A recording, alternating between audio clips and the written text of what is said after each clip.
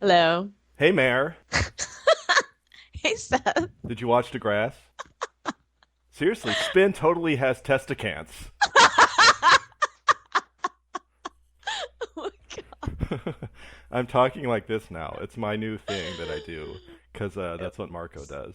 it totally works Isn't for it you. totally os? It's totally us. It's us. Um, I figure like that has to be an Adamo thing because I think they tend to write like Adamo's Affectations. quirks, his stuff Yeah, into Marco's language. yeah, And knowing Adamo, I can totally see him doing the drop in the last syllable thing. yeah. It's all about dropping sills. Syllabes. Remember for a while I kept saying whatevs and everybody was like, stop saying whatevs. Whatevs. That's out now. I think, yeah, who knows? It was out before I started saying it. Did you, somebody? I'm sorry. I shouldn't. What were you gonna Uh, say? I was gonna say there was this girl who like wrote on the message boards about how she had a dream that she met me, and then I just kept saying whatevs, whatevs, whatevs, whatevs. Oh! Marco got a bun bun. Yeah, he did. It was cute. I thought you'd be thrilled. Hip hop the rabbit. Hip hop the bun bun. Excuse me. Okay, hip hop the bun bun. You're the one who checks cute overload every I day. don't check it every day. I check it occasionally. All right, You're a fine. cute overload addict. I hope the rabbit is in more episodes. I admit it. You hope he holds a little nut in his paws and goes crunch, crunch, crunch. Shut up. We have to talk about weighty issues now. Weighty Okay. issues. We can't talk about the cute little bunny. We got to talk Okay. about violence in schools. Yeah. No, I'm serious. I do want to talk about this because obviously the scenes with Spinner and when he pummels Giant DeMarco were very upsetting. At least to me, I found them very sort of viscerally upsetting. Yeah. But you know what I find actually more upsetting, and partly because it seems so true to me, was how just sort of accepted violence is amongst people in schools. Like, people do. They stand around and watch someone get the crap kicked out of them, and they videotape it. They record it with their cell phones, and they'll cheer them on. And it's like that to me is what's most upsetting. And it's not like this is a new thing. It was the same way when I was in high school, and it probably be the same way for a long time. Yeah. But I wonder if it's the difference between people who have ever been in a fight and who haven't been in a fight. Because I feel like people who are just sitting there like shooting it on their cell phone are kind of, they feel like it's TV. Like they're watching something happen and they've watched enough violence on TV to kind of be desensitized to that and not really empathize with the person who's having the snot beat out of them. And like they don't know how much it hurts. And so it's just entertainment to them. I wonder. I think that a lot of guys, especially, and I think even I felt this way too, sort of do feel what Spinner was feeling, where it's like you fighting somehow makes you a man, Mm-hmm. which is just not true. Despite what Matt Cohen said, I'm sorry, Matt, if you're listening, but I mean, this sounds like a total cliche, but it takes so much more strength to be able to walk away from someone you really, really want to beat up than it does to actually attack them and beat them up. Seriously. I mean, if you were strong enough to be able to just be in a complete rage of wanting to just destroy someone and be able to turn around and walk away, Yeah, you're the strongest person I know. it's true. I think Jane handled it reasonably too. Like she kind of, she didn't come down on him too hard when she thought it was just like a one-time thing and that he was provoked or whatever, but she wasn't going to put up with it. I think that's true. I think that she, in her heart, is anti-violence. But I worry whenever someone starts sort of grading levels of violence. Like, Mhm. yeah, he needed a punch in the face, so that's okay. But it's not okay when you go to town on him. I think that's sort of gets into a dangerous area. One more thing I want to say about how cool Jane is that I know this is going to sound weird, but like she didn't make his cancer all about her. So many girls are so full of drama that they would be like, "Oh my god, my boyfriend has cancer," and like make it all about them. She was so cool and supportive and rad, and I like that about her. Like she's just like a zero drama girl, and I like that about her. I like Jane. I'm hoping to see more of Jane in future episodes. She seems cool. Yeah, totally. All right, so let's call the man of the hour is waiting for us to Woo! call him. Waiting for us because he's about to go into to makeup. Very manly makeup, guy shadow.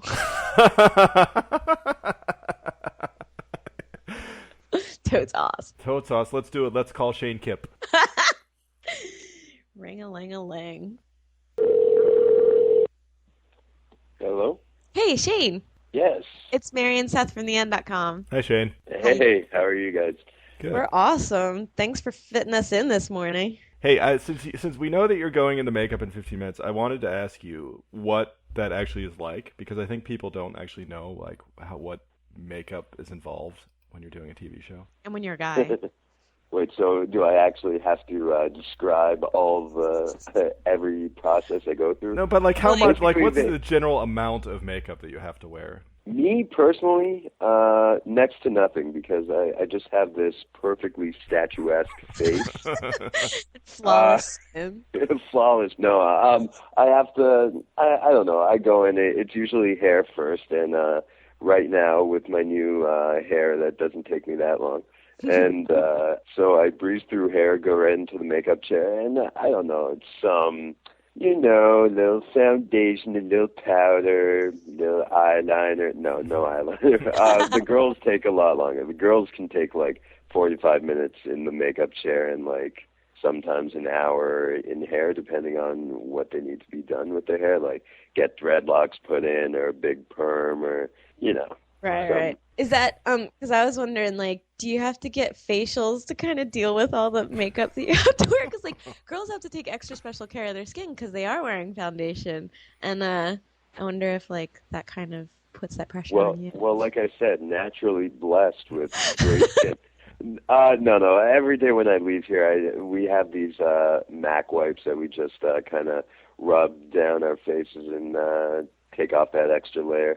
I would say the worst thing about the makeup chair is when you come in the morning, like, when you wake up early, you're cold anyway, and that makeup is really cold. Like, it's just, I don't know, when they're painting it on your face, they're like, very, very, very uncomfortable.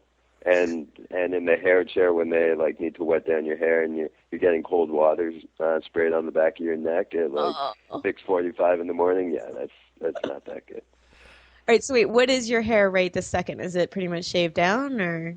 Actually, right now it's growing back a little bit. I had my shaved head for a while, but now the treatments are done and my hair is starting to grow back. And since it's getting closer to winter here, I've kind of asked if I could have a little hair on my head just to stay warm, and they agreed to it. Have some hair. Can I have some more?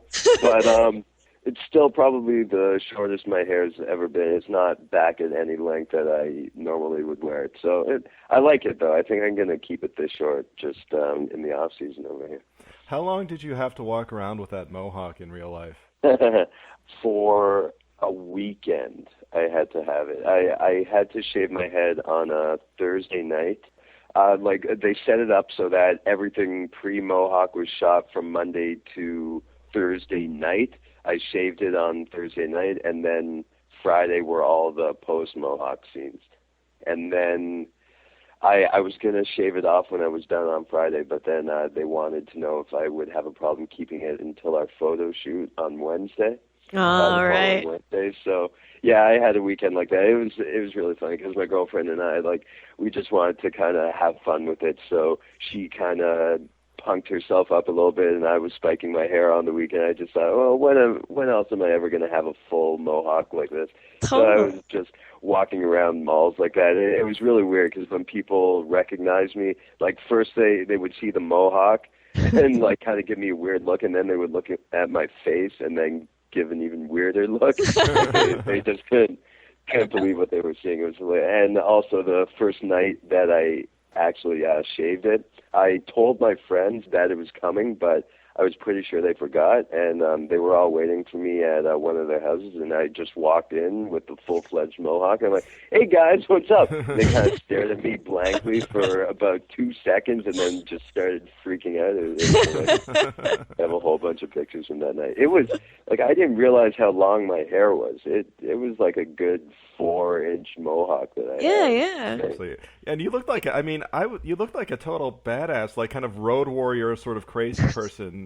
Were people kind of scared of you on the street that didn't recognize you? Well, actually, what we did one day on set, because I don't want to spoil anything, but all the Lakehurst thugs are actually really cool guys, and we all kind of hang out. So like this one day, the day where I was doing all my Mohawk scenes, they were all thugged out for their scenes. I was all dressed in black and I had the Mohawk.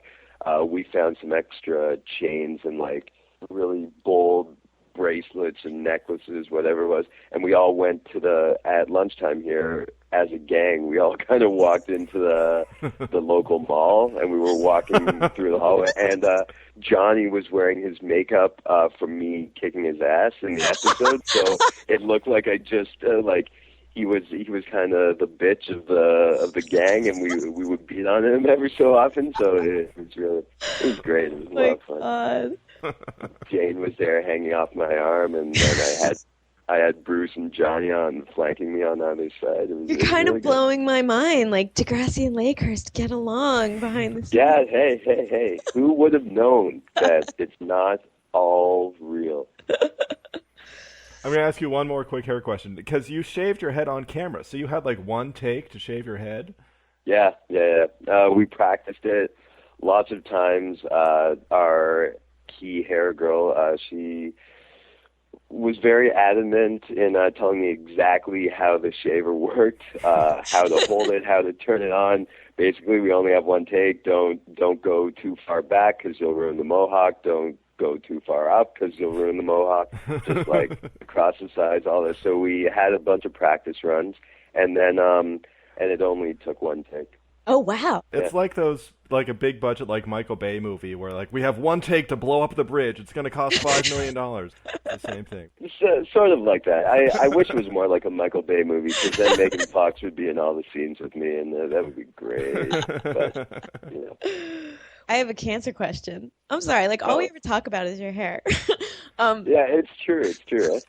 Right? So, did they have to give you a very specific idea of like how your cancer was spreading and all this stuff? Because like I know that not everybody has a pain like up in the side. Like sometimes it only hurts in the nards. And like, did they kind of like give you a medical idea of what your cancer was, or was it just like it hurts here? No, really what they did was a week before the read-through for the episodes, I was taken into the writers' offices, their quarters, their dungeon, where they stay chained up all season to write the episodes. And so they took me in there, and they were telling me about the huge storyline they had for me and what they were asking of me, like if I was comfortable shaving my head, but more like, you're going to shave your head. Are you cool with that? Not like, can you please shave your... but